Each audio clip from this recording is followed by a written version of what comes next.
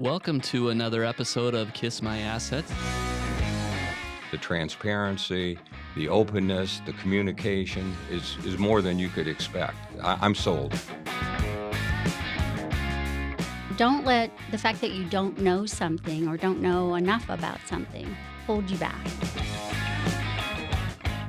I knew I wanted to invest. What better way to invest than to invest in what I already know that I love, which is real estate.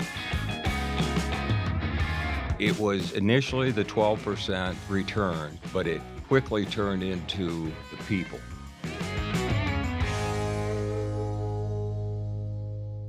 Well, welcome to another episode of Kiss My Assets, our podcast. Mm-hmm. And we have one of our great investors, one of our early investors, Pamela, or we're going to call her today Pam Watson. Yeah. So thanks for coming all the way up from Coolidge You're today welcome. through the Phoenix traffic. Oh, that was awful. But it's going to be worth it. I promise. Okay. We're happy you did it because it's a jaunt, and we're glad that you got a driver, you said. So yes, I got a driver. That makes it a little easier, but usually after a 30-minute drive is on the freeways, it's stressful. But so we're glad that you made it and you had a driver, so you're not stressed out. Yeah. And we also have Heather Andrews, Investor Relations, with us. Yeah. Hi, Heather. Hi. I'm very excited to be here. Pamela's one of my favorite. Yes, you recommended that we needed to have Yes. Pam come in. And I actually remember right when we started early on that Pam and her husband at the time were early investors. And I remember talking to them on the phone. I think the first project, Yes, I think it was the first project. venture on Wilson back in 2017. Mhm. How did you find out about us? Do you remember? Yes, very, very well, I remember. It's because the dentist was running late. I was actually at the dentist's office, and the dentist was running late, and the only section of the paper left in there was the financial section. And I will read words no matter what topic it is, and I'm sitting there because otherwise I'm going to be kicking chair legs or something. And I read about your venture, and I thought, In the Arizona Republic. yes. And I thought, we can do this. We can do this. And I admit that after my dental appointment, I stole the financial section of the paper. Fully condoned. And I took it home and I showed the article to my husband and I said, honey, read this. I said, we can do this, honey. And he read it, and he, as he usually did in our long marriage, he just said, work your magic, honey, work your magic. And he's officially my favorite husband. So, that is the right answer.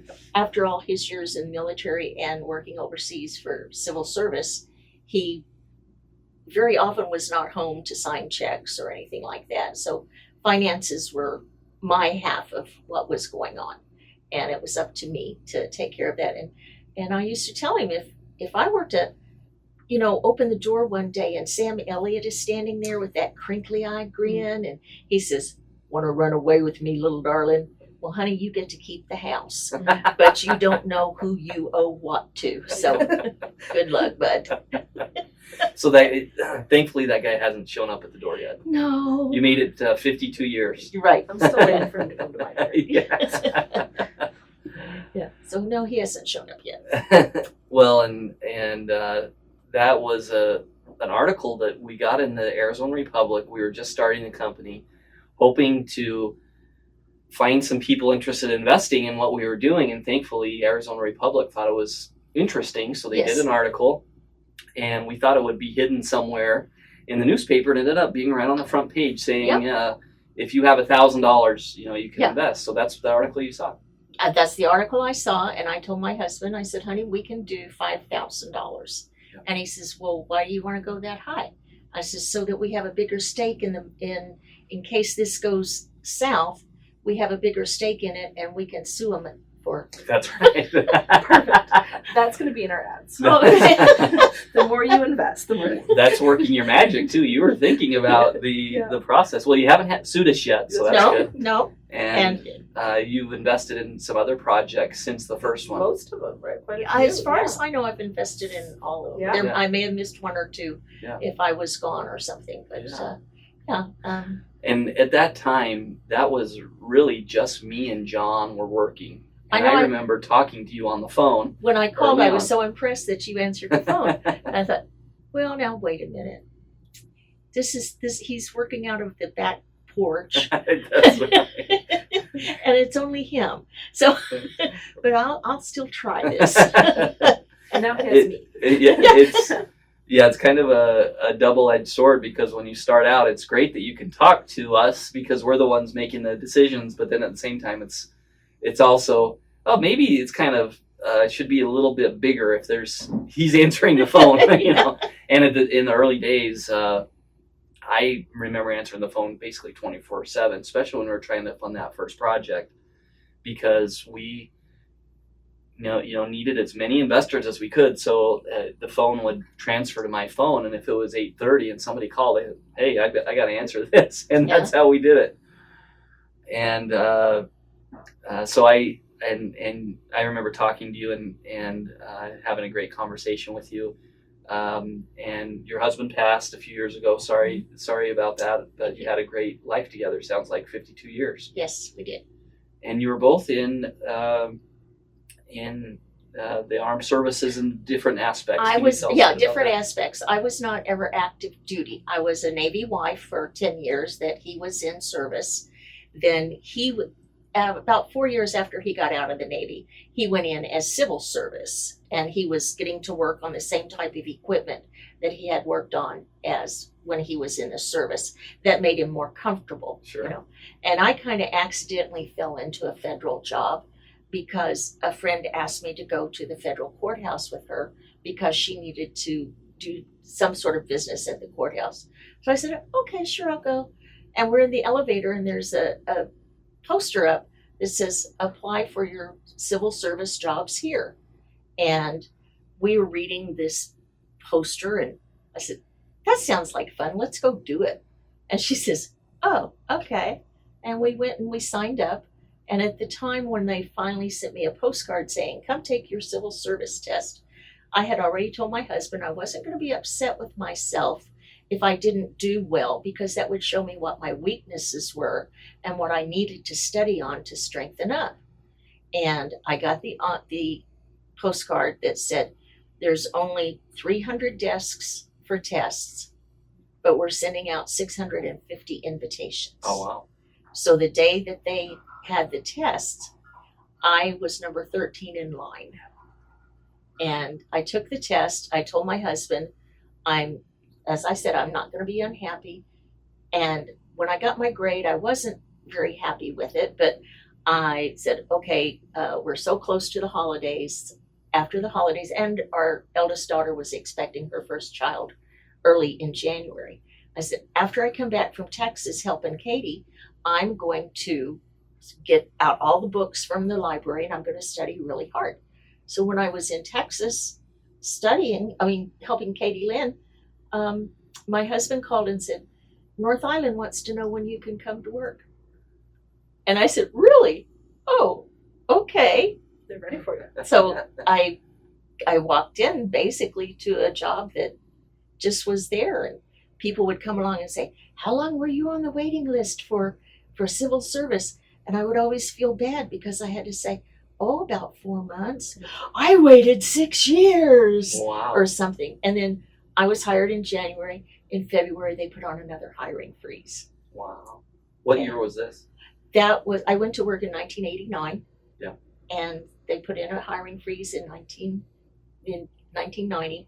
And I stayed there for basically 25 years. Wow. So civil service, what types of things do you do, and what are the departments in the government that you're working in? Well, I was working basically first in sending material where it was supposed to be allotted to, as long as it was a government-owned asset, whether it was to be kept on our base or to go to another base to bust up their supplies. But then when one of my supervisors found out that I knew about trucks and I knew about logistics, because my father had been a truck driver for years, and I used to ride the trucks with him when school was not in. And then I was told, Monday morning, report to the shipping office. And I just kind of started taking over from there because I could talk to the drivers in their language. I knew the equipment, and I would have a good grasp on if a task could be done or not. And frankly, I had the backbone. Although sometimes I would be quaking inside, I would still say, don't let them see the fear. Spine up and go nose to nose and toe to toe if you have to. So is that part of the trucker language? Like when you say the trucker language, what do you mean? If I say I need a double stretch, double drop low boy, and I need outriggers and I need beaver tails. See, I would think that was something like a sandwich. Yeah, beaver tail sounds like maybe Right? a They're donut. probably delicious. The low boy is kind of like I'm thinking of the lobster sandwich. Yeah, What are now I'm the... hungry. Great. So, I knew the equipment, and I would say if I need satellite monitoring, I need dual drivers. I've got a no-stop load. I will have a letter of essentiality for you. Just on and on and on. And so pretty soon, I would be the one out on the pier driving the forklifts and stuff. And I told them, actually, they fought me on driving forklift. And I said, you know what? There's a lot of times when I'm the only person there that can move material from point A to point B.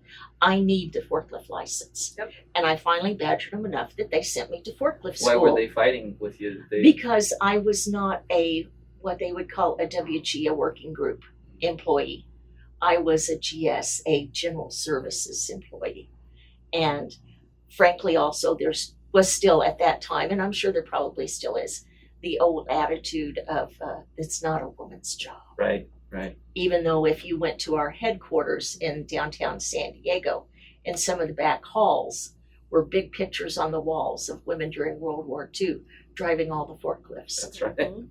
So So they relented and they got you. they finally got tired of me enough that they sent me to the same 3-day forklift school, and I was so excited.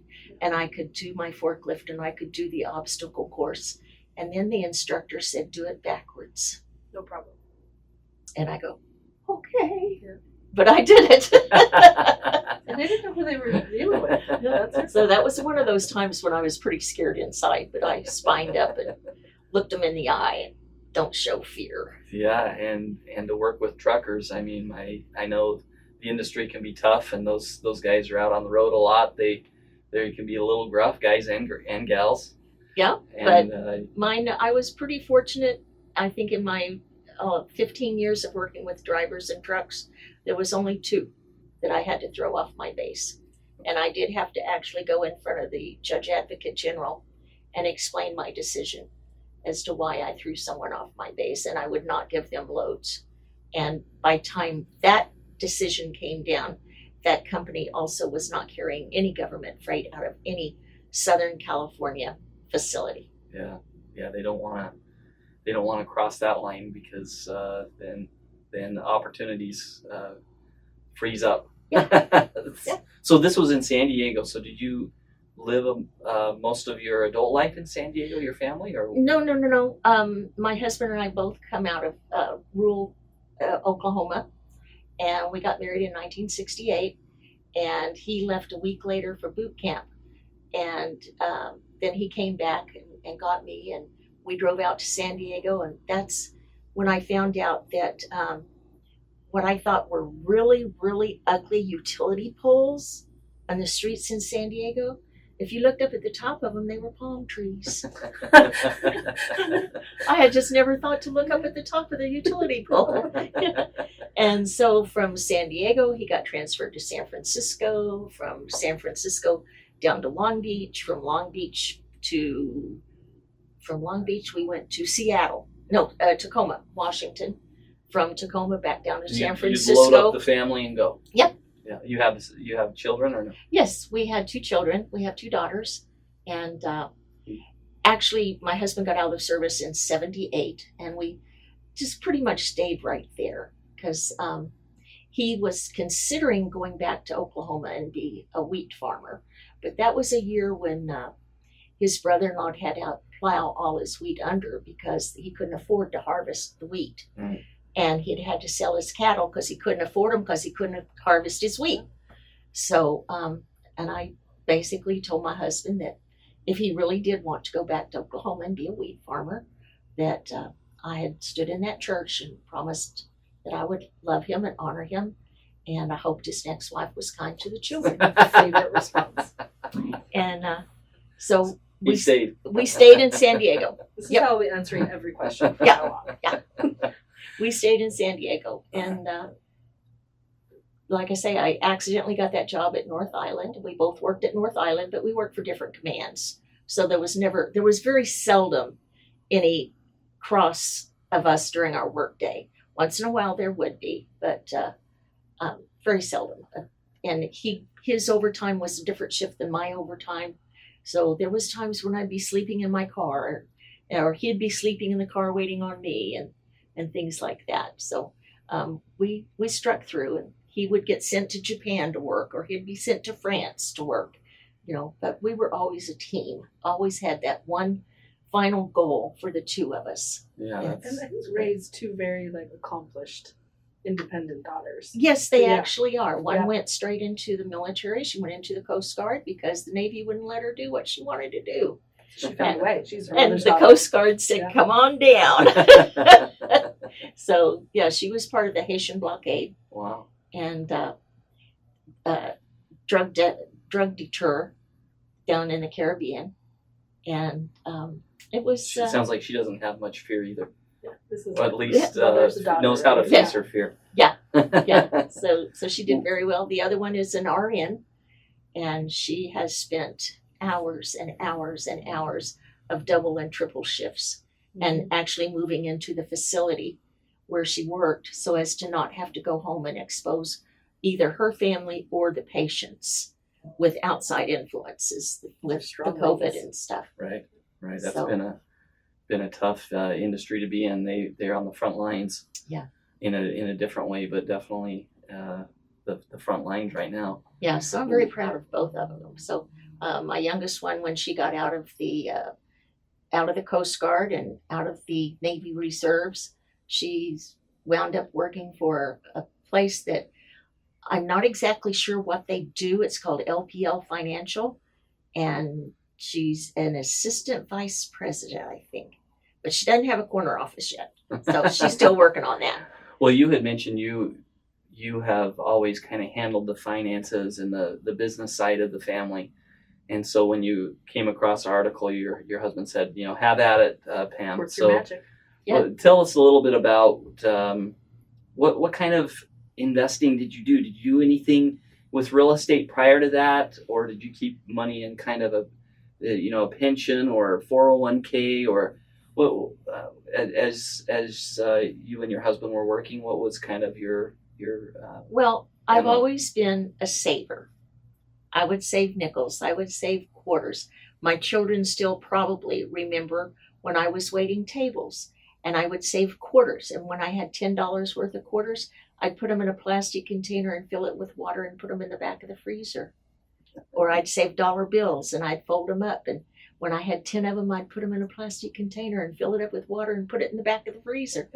And there was times when Mama's frozen money would save us if something come along that was a problem and we needed extra cash.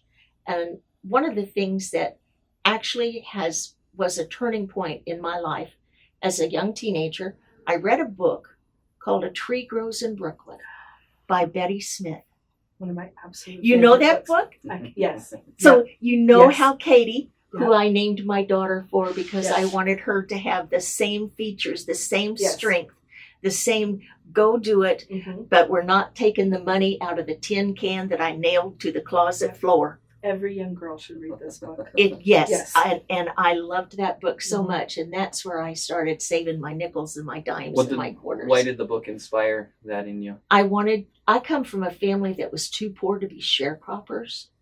I remember growing up with a 2-holer in the backyard and a water pump in the backyard. And my first task of the morning was to make sure there was fresh water in the bucket for Grandpa and Uncle Ray.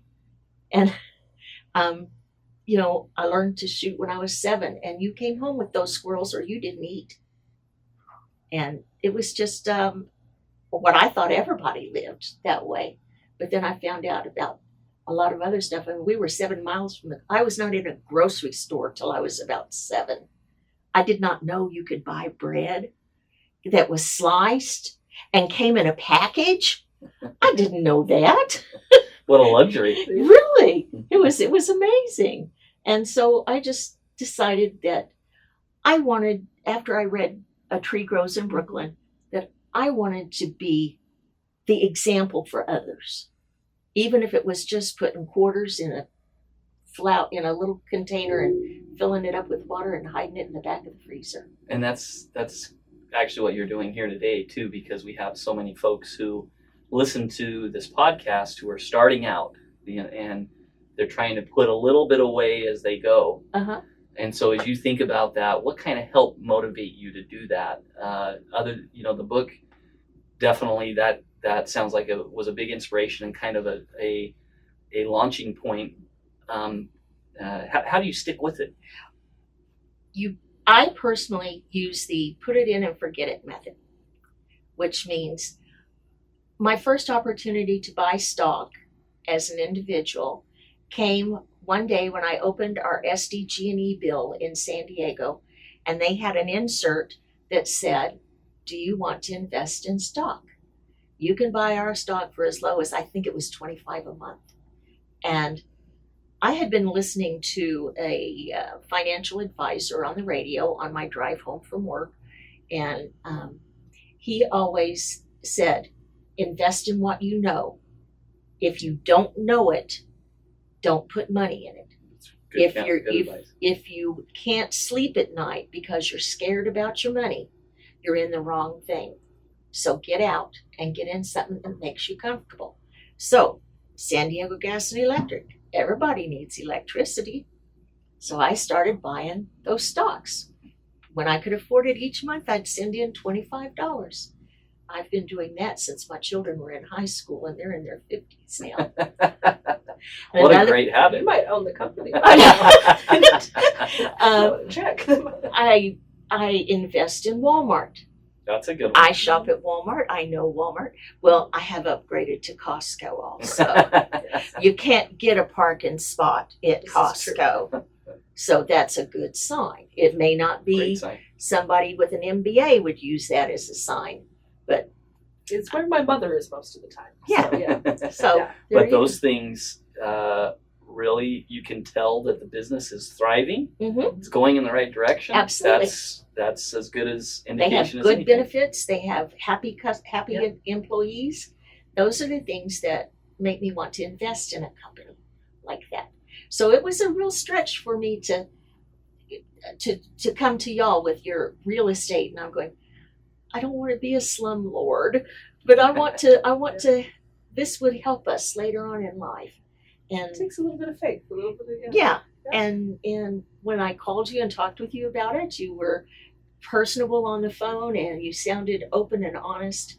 And so I just told my husband, we're going to do this, and we're going to go more than 1,000, because I had in my family, it's called the Ottomans account, because Mama puts odd amounts over here and Mama puts odd amounts over there. And sometimes when somebody in the family has a problem, then sometimes you have to dip into those Ottomans. And I dipped into the Ottomans, and I sent you $5,000. And I don't think I've taken any out until recently. We sold a few of those early buildings, so you got that one back, and you may have rolled that into the next I did. one. I just leave it there, and I just roll it over. Well, I think that your strategy is actually genius, is just put it away and forget about it. Mm-hmm. And that's the problem that a lot of people I know have, is if they have any money in the bank, they have to spend it, right? and it's like what do they call it? Money's burning a hole in your pocket, right? And if you can just get rid of it and put it away and forget it exists, and then you come back to it and it's done something for you, it's worked for you. And and sometimes you just roll around on the floor with laughter, because who would think I would go from saving quarters in a plastic container in the freezer to that feels so good. Because when my husband retired, well, he did retire. His health was failing, and he asked me to retire, and we bought a house. He had no idea that we could pay cash for it. Good for you. And that's It was what such a nice gift for you guys. And- to have time together. we had Yeah, time together. without- We didn't have to ever worry about mortgage. You know, we were able to purchase that. And you created that. Now, when you said that he told you to work your magic, now I know more what you mean, because that's He had no idea. He never ever did anything like paying the bills or anything like that. That was always what I did. He would come home when he was in the Navy. I remember my friend, who is still my friend today, her and I went and got credit cards to this new store that was opening up, and they weren't real tight on their qualifications. And I signed my husband's name to it. Do y'all remember Mervyn's? yeah. Yes. Okay, here's a Yes. a first generation Mervyn's credit card holder. That's And all my my hus- culottes. all the time. Yes. And when my husband's ship came home, and for some reason or other, he had to get in my wallet for something, and he says, "What's this credit card in here? Why's my name on it?" And I said, Surprise. "Well, did anybody try to repossess your ship?" No. I said, "Then just be quiet. I got it covered." So there you go. And I did that. I remember Pat and I was scared. Pat wasn't scared. She did that kind of stuff. But I was scared to do that. That was the first time that I forged my husband's signature. And now we have you on record here. Yes. And We were Mervyn's called to is out, testify. and Mervyn's is out of business, Yeah, isn't they it? are. And I never bought stock in Mervyn's either. So before you invested with us, had you ever done anything with real estate? No, I had never. This is my first venture with real estate. Besides your own home, obviously. Yeah, you- our home. yeah, but you had never had an investment in real estate. So that's kind of the unique thing about this is if you've owned real estate before, you know it's a lot of work. You have to be a landlord. You have to have tenants. You have to, if you're going to do it yourself on a condo or something. And if you want to invest in a fund like what we do, traditionally you have to have like $100,000 minimum, Right. $50,000 minimum. So that's really exciting to me because we want to, with what we're doing in Neighborhood Ventures, open up investing to everyone. Mhm. Folks like yourself who are smart and they have money and they want to invest. And real estate tends to be a bit more secure, not so up and down as the stock market. And especially as you near retirement, it's nice to put money into those types of assets. I saw it as a doorway for me. If I had the faith to step through that door, and who knew what was going to open up in front of me. So that was what struck my heart as I was reading that article in the dentist's office was, I can do this. I have the money. I can do this. Yeah. And so And here we are, for almost 5 years later. We haven't met. We talked on the phone before, Right. and I don't think you've come to any of our open houses or events yet. No, But you 'cause made it it's- up here today. yeah, because it's like Phoenix, I'm sorry. You're trying Won't to take drag it me out personal. of my cotton fields and, Yeah. and my dairy farms and stuff. Do you get our emails and you watch Oh, the yes. videos and all that? Oh sort of yes, stuff? I watch on the air and Yeah. and stuff. And at first I thought, well, now why in the world would they want to talk to me? I have no idea. There's nothing I could teach them. And I thought, well, I'm trying to break out and be more creative about myself as I come out of the first grief of widowhood. And so here I am. Yeah. But I hired a driver, so that's not that, I'm not that strong yet, but I'm slowly working there. If you were to give advice to someone, Personally, listen to Dave Ramsey, and I do have one difference from his theory and philosophy about credit cards. I do pay mine off every month. I carry no debt whatsoever, but oh, those rewards points. I have a grandson that's about to graduate high school, and I have enough reward points for Alaskan cruise that's excellent. because Alaska's wonderful. I've not used those rewards points. Wow. I've left them sitting alone. Put them away. Yeah. Forgot about Yeah. them. And that's Yeah. kind of what Dave Ramsey is, a little extreme with that, not to use credit cards at all. But if you can handle a credit card, like you said, and you pay it off every month, you pay no interest Right, because they give you the 30-day grace period. right. it's a very secure purchase because there's all these securities around. If you get fraud or other things, the credit card company is going to come in and help you with it. Right. That you don't get with debit cards, you don't get with cash. Oh yeah, I never use a debit card personally, but that's just my own personal thing, because debit card, I don't think you have the safety that you do with a credit card. Yeah. And just like I don't do any banking on my phone, and of course that just my grandchildren's jaws just drop when they find out Grandma doesn't bank on the phone. Grandma uses a check register. What is a check register? Yeah. And I say, yeah, man, you're right, kiddos. That's y'all keep dragging me kicking and screaming, and I might get into the techno age, but I just don't think I'll ever be doing any banking on anything but my house-top computer. It seems like it's working well for you so far. No need to change. He's going to Alaska. Yes. Yes. The last cruise the husband and I took, we did 14 days going through the Panama Canal. Oh. And it was fantastic, and I would go again if I could. It was great. And if you can handle it and you know you have the discipline that you've had throughout your life, credit cards can be a great way to make purchases, pay them off. You never pay a cent of interest, and you do get those rewards. So I'm with you on that, and I think that's great advice. But the debt-free side and being frugal and having a budget, I'm a big Dave Ramsey guy as well. Yeah. And it's a Before great way to Dave live. Ramsey, it was Bill Holland, my guy in San Diego that I listened to. And one of the things I liked about his financial advice, he didn't have a business, a financial business.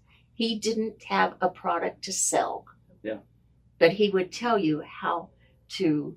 Unfortunately, I only got to listen to him for like 20 minutes a day as I was driving home from work.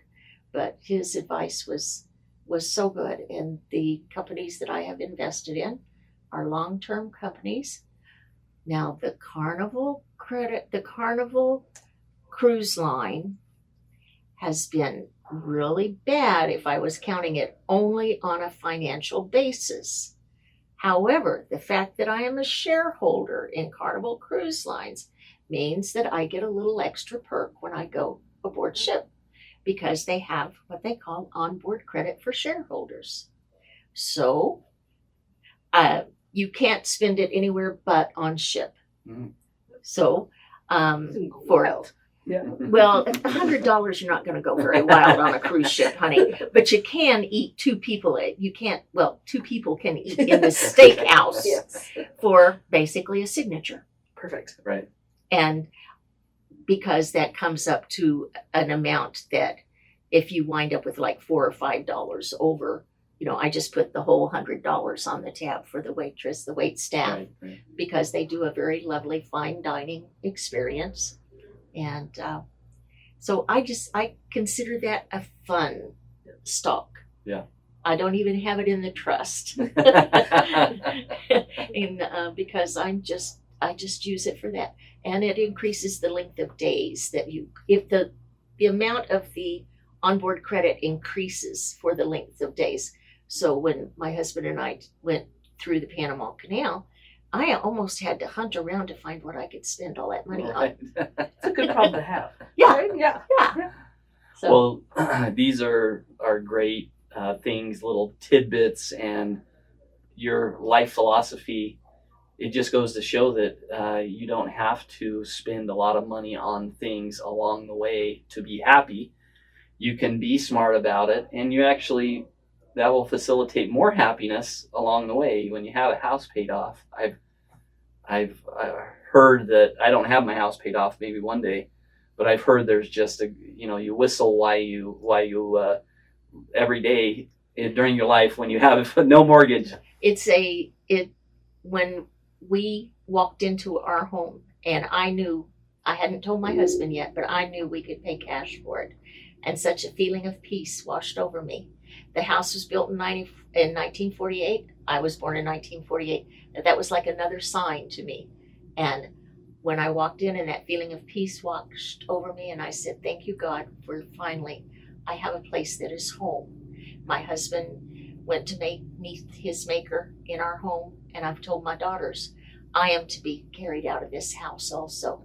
But after that, it's y'all's problem. You can burn it down and salt the earth. I don't care, but you're leaving me here until the very last moment. because this is where Daddy and we spent 30 years living somewhere that we didn't necessarily care for, but we could afford. And that was our driving factor, was could we afford it? And sometimes I would get a little hesitant, and after we bought our house, and I asked my husband, I says, honey, are you glad we paid cash? And he would say, I'm really glad, honey. I'm really, really glad. We have a security that other folks don't have.